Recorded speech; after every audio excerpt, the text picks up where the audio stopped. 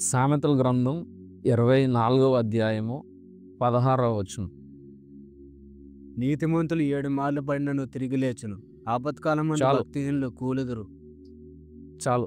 నీతిమంతులు 7 మార్లు పడినను తిరిగి లేచును. క్వశ్చన్, నీతిమంతులు అసలు పడిపోతారా?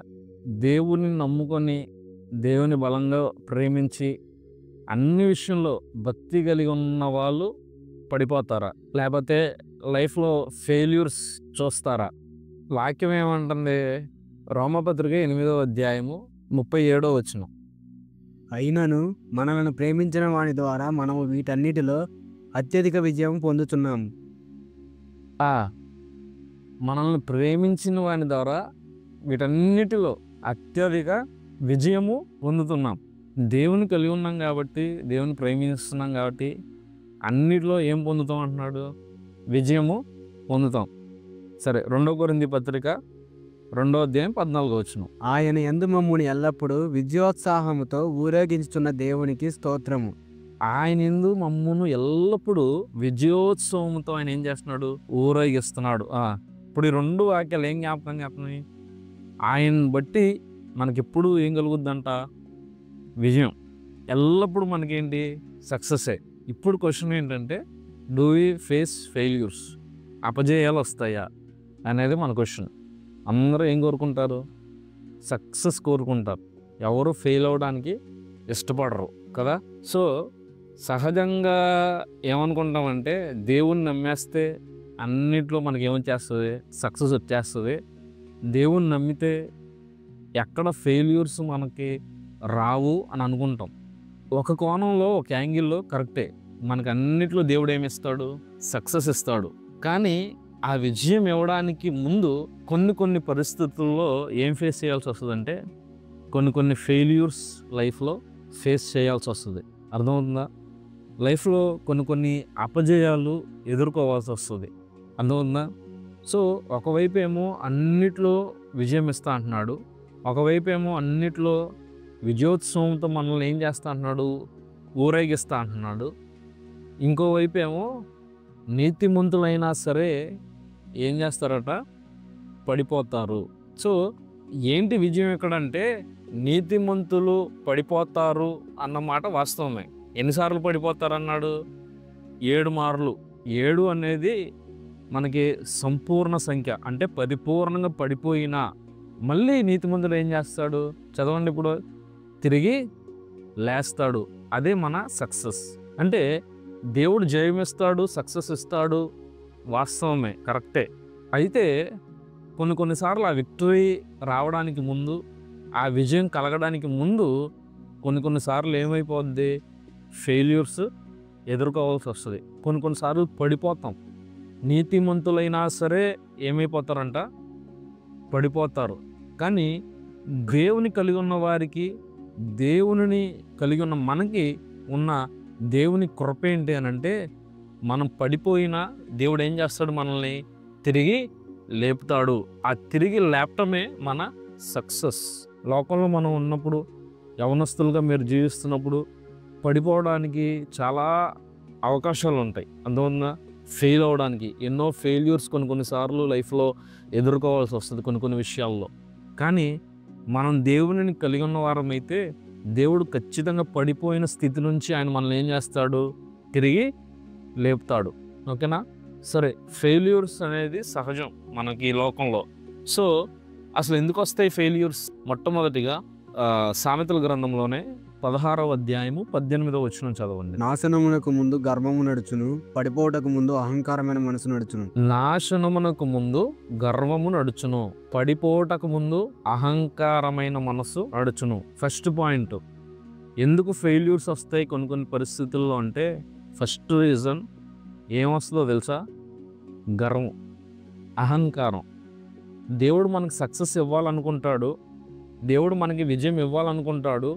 ఆ విజయంపు బాటలోనే దేవుడు మనల్ని ఏం చేస్తాడు? నడిపిస్తాడు. కానీ అలా నడుస్తున్నప్పుడు, ఆ తలాంతులు మనం పొందుకున్నప్పుడు, ఆయన కృప మనం పొందుకున్నప్పుడు కొన్నిసార్లు మనకి ఏమొచ్చేస్తుందో తెలుసా? అహంకారం వచ్చేస్తుంది. దేవుడు నడిపించినా సరే మనమేం అనుకుంటామంటే, మన వల్లే అంతా జరిగింది అని మనం ఏం చేస్తాం తెలుసా? గర్వించేస్తాం. ఆ గర్వము వస్తే పడిపోతాం. అర్థమవుతుందా? నాశనానికి ముందు కంపల్సరీ ఏమొస్తుందంట? గర్వం. కాబట్టి ఎందుకు ఫెయిల్యూర్స్ వస్తాయి, ఎందుకు అపజయం వస్తుంది అని అంటే, గర్వం ఎక్కడుంటే అక్కడ నాశనమే. గర్వం వస్తే ఎంతటి వాడినైనా దేవుడు ఏం చేస్తాడంటే అపజయాల్లోకి నడిపించేస్తాడు. ఉదాహరణకి సౌలు రాజు, ఇజ్రాయేలీల్లో బెన్యామీను గోత్రం అనేది చాలా చిన్న గోత్రం, చాలా అల్పమైన గోత్రం బెన్యామీను గోత్రం. ఆ గోత్రంలో పుట్టిన సౌలును దేవుడు ఏం చేస్తాడంటే ఇజ్రాయేలీలందరికీ రాజుగా చేస్తాడు, అభిషేకిస్తాడు. కానీ ఎప్పుడైతే గర్వం తన మనసులోకి వచ్చిందో, ఎప్పుడైతే తన హృదయంలో అహంకరించడం ప్రారంభించాడో, దేవునికి అవిధేయుడిగా మారిపోయాడు. వెంటనే దేవుడు ఏం చేశాడు? సౌలుని పక్కన పెట్టి దావీదుని రాజుగా ఎంచుకున్నాడు. సో దేవుడు ఏమి ఇష్టపడతాడు? వినయ మనస్సు కలిగిన వారిని దేవుడు ఏం చేస్తాడు? ఇష్టపడతాడు. అలాంటి వాళ్ళని దేవుడు ఏం చేస్తాడంటే హెచ్చిస్తాడు, ఆశీర్వదిస్తాడు. So he never likes proud. ఎక్కడ అహంకారమును గర్వమును ఆయన ఏం చేయడంట? ఇష్టపడడు. సో మనం కూడా లైఫ్లో పడిపోకుండా, అపజయం పొందకుండా ఉండాలంటే ఏ పరిస్థితిలోనూ మనం ఏం చేయకూడదు తెలుసా? గర్వించకూడదు, అహంకరించకూడదు. ఎక్కడ మీకు మీరే ఏమని అనుకోకూడదు? బుద్ధిమంతులమని, జ్ఞానులమని అనుకోకూడదు. ఎక్కడ ఫెయిల్యూర్ వస్తుందంటే, ఎక్కడ దేవుడు పడగొట్టేస్తాడు అని అంటే, సెకండ్ పాయింట్, స్వయంగా అతిశయించిన చోట. అట్లాంటి వాడిని దేవుడు ఆశీర్వదించడు, అట్లాంటి వాడిని దేవుడు ఎప్పుడు హెచ్చించడు. లైఫ్లో ఎప్పుడు ఏం చేయకూడదు?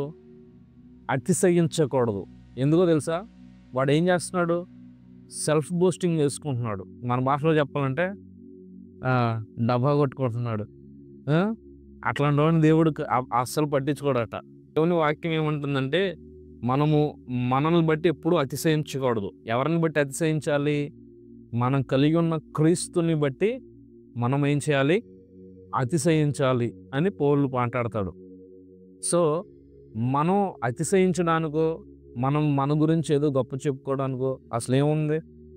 మనకున్న జ్ఞానం మంది కాదు, మనకున్న సామర్థ్యత మంది కాదు, మనకున్న టాలెంట్ మంది కాదు. అన్నీ ఎవరిచ్చిందో తెలుసా? మనకి దేవుడిచ్చిందే. అర్థమవుందా? లోకంలో జ్ఞానులు అని పిలువబడిన వాళ్ళు ఉన్నారు, లోకంలో చాలా సామర్థ్యత కలిగిన వాళ్ళు ఉన్నారు.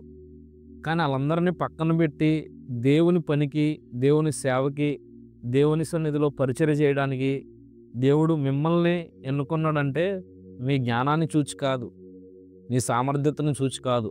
సో మీరు అజ్ఞానులు కాబట్టి ఎన్నుకున్నాడు, మీరు బుద్ధిహీనులు కాబట్టి ఎన్నుకున్నాడు మనల్ని. ఏమన్నాడు పౌలు భక్తుడు? లోకమందు జ్ఞానులను సిగ్గుపరచడానికి జ్ఞానం లేని మనల్ని ఆయన ఏం చేశాడు తెలుసా? ఎన్నుకున్నాడు. లోకంలో గొప్పవారు అనుకున్న వారిని సిగ్గుపరచడానికి అల్పులమైన మనల్ని, వెర్రివారమైన మనల్ని దేవుడు ఏం చేశాడో తెలుసా? ఎన్నుకున్నాడు. ఎక్కడ మనకి మనం అతిశయించుకుంటామో, ఈ టాలెంట్ ఉంది నాకు కాబట్టి నేను లేకపోతే పని జరగదు, ఈ సామర్థ్యత ఉంది కాబట్టి నేను లేకపోతే చర్చిలో పని జరగదు అనుకోవడానికి లేదు. Nothing is yours. నువ్వు కలిగి ఉన్నది, మనం కలిగి ఉన్నది అంతా ఎవరిచ్చిందో తెలుసా? దేవుడు మనకిచ్చిందే. థర్డ్ లాస్ట్ది 2 కొరింథీ పత్రిక 7వ అధ్యాయము 10-11 వచనాలు. దైవ చిత్తానుసారమైన దుఃఖము రక్షణార్థమైన మారు మనసును కలుగజేయను. చాలు. దైవ చిత్తానుసారమైన దుఃఖము అంటే, దుఃఖం అంటే ఏంటి? ఫెయిల్యూర్, వేదన, లైఫ్లో పెయిన్, బాధ. అసలు ఆ పెయిన్కే పేరేమని పెట్టాడు తెలుసా పౌలు? దైవ చిత్తానుసారమైన దుఃఖం. అంటే ఆయనే అనుమతించే కొన్ని దుఃఖాలు ఉంటాయి, దేవుడే అనుమతించే కొన్ని ఇరుకులు ఉంటాయి. ఎందుకు ఆ ఫెయిల్యూర్?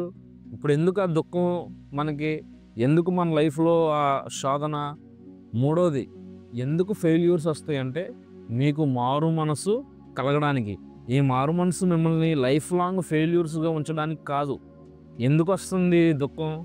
ఎందుకు వస్తుంది మారు మనసు అంటే, లోక సంబంధమైన ఫెయిల్యూర్స్ అయితే, దుఃఖం అయితే మీకు మరణమే. మీకు దోషమో, మీ అభిలాష ఆగ్రహము, భయము, ఆసక్తి, ఈ విషయాలన్నిటిలో మీరు దేవుని దృష్టిలో ఎలా ఉండకూడదు? దోషులుగా ఉండకూడదు. ఎలా ఉండాలన్నాడు? నిర్దోషులై ఉండాలి. అర్థమవుతుందా? ఆయన దృష్టిలో మీరు నిర్దోషులుగా ఉండటానికి, ఆయన్నే మీ హృదయాలను మార్చడానికి, మీ మనసులను మార్చడానికి, మీ లైఫ్ని ఆయన వైపుకి మలుచుకోవడానికి ఆయన ఏం చేస్తాడంటే కొన్నిసార్లు దైవ చిత్తానుసారమైన దుఃఖము కలగజేస్తాడు. ఆ దుఃఖము ద్వారా, అంటే ఆ పెయిన్ ద్వారా మీ లైఫ్ని ఆయన ఏం చేస్తాడో తెలుసా? ట్రాన్స్ఫార్మ్ చేస్తాడు. అది మిమ్మల్ని లైఫ్ లాంగ్ ఫెయిల్యూర్గా ఉంచడానికి కాదు, లైఫ్ లాంగ్ మిమ్మల్ని నాశనం చేయడానికి కాదు. మరి ఎందుకనంటే he wants to transform you like him. ఆయనకులాగా మిమ్మల్ని ఏం చేయాలనుకుంటున్నాడంటే ట్రాన్స్ఫార్మ్ చేయాలనుకుంటున్నాడు, రూపాంతరపరచాలనుకుంటున్నాడు. కాబట్టి ఆయన కొన్ని ఏం చేస్తాడంటే మన లైఫ్లో అలౌ చేస్తాడు. అర్థముందా? పర్మిట్ చేస్తాడు. ఎందుకు పర్మిట్ చేస్తాడు అని అంటే he wants to change you. నువ్వు ఇప్పుడున్న నీ హృదయం కాదు, దాన్ని నువ్వేం చేయాలి? మార్చుకోవాలి, దేవునికి అనుకూలంగా మార్చుకోవాలి. కాబట్టి ఆయన ఏం చేస్తాడో తెలుసా? కొన్ని లైఫ్లోనో, కుటుంబంలోనో, మీ యవ్వన ప్రాయంలో ఆయన ఏం చేస్తాడంటే పర్మిట్ చేస్తాడు. అప్పుడు ఏం చేయకూడదు? డిస్కరేజ్ అవ్వకూడదు. సాతాను గాడు ఏం చేస్తాడో తెలుసా? నీకు కావాలనే వచ్చిందిరా, నువ్వు ఇంకా బతకడం అనవసరం, చచ్చిపోవడం బెటర్రా, దూకి ఎందులోనే వెళ్ళి అంటాడా? అన్నాడు ఎప్పుడైనా? అన్నాడా? అనకూడదు. అన్నప్ప సైతాన్ అనాలి. లోక సంబంధులు అలాంటి మాటలు మాట్లాడతారు. దేవుని బిడ్డలో ఎలా ఉండాలంటే ఏ దుఃఖం వచ్చినా, ఏ శ్రమ వచ్చినా, ఏ శోధన వచ్చినా అది మనల్ని నాశనం చేయడానికి కాదు. దాని ద్వారా దేవుడు ఏదో కొన్ని లెసన్స్, కొన్ని గుణపాఠాలు మనకి ఏం చేయాలనుకుంటున్నాడంటే నేర్పించాలనుకుంటాడు. అర్థమవుతుందా?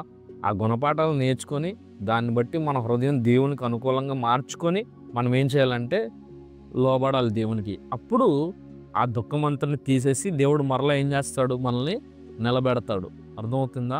అందుకని నీతిమంతుడు ఉండే ప్రత్యేకతే అది. నీతిమంతుడు 7 మార్లు పడిపోయినా, అంటే సంపూర్ణంగా పడిపోయినా సరే నీతిమంతుడు ఏం చేస్తాడంట? తిరిగి లెగుస్తాడు. He will be never ever permanent failure. నీతిమంతుడు ఎప్పుడు కూడా శాశ్వతమైన అపజయం పొందేవాడు కాదు. ఇప్పుడున్న ఫెయిల్యూర్స్, ఇప్పుడున్న అపజయాలు అన్నీ తాత్కాలికమే. అన్నిటినీ దాటి ఒకరోజు మనం ఏం పొందుతామో తెలుసా? విజయాన్ని పొందుతాం. సో ఇప్పుడున్న ఫెయిల్యూర్స్ అన్నీ మనకి ఎలా ఉండాలంటే పైకి ఎక్కడానికి మెట్లులాగా ఉండాలి, స్టెప్స్ లాగా ఉండాలి, లేకపోతే ఎగరడానికి రెక్కల్లాగా ఉండాలి. అర్థమవుతుందా? సో ప్రతి ఫెయిల్యూర్ని మనం ఏం చేయాలంటే తిరిగి దాటుకొని లేచి జయించాలి అన్నిటినీ. అర్థమవుతుందా? సో ఫెయిల్యూర్స్ వచ్చినప్పుడు ఏం చేయకూడదంటే ఊరికే డిస్కరేజ్ అవ్వకూడదు, ఊరికే నిరుత్సాహపడిపోకూడదు. చిన్న వాటికి కూడా మనం ఏం చేస్తామంటే డిస్కరేజ్ అయిపోతాం, నిరుత్సాహపడిపోతాం. సో అది కాదు. కొంచెం బాధ అనిపించినా we have to tolerate, we have to patiently wait for the time of God. దేవుని సమయం వరకు మనం ఏంటంటే ఓర్పుగా ఎదురు చూస్తే ఖచ్చితంగా ఆయన ఒకరోజు ఏం చేస్తాడంటే మనకి విజయాన్ని ఇస్తాడు. ఓకే.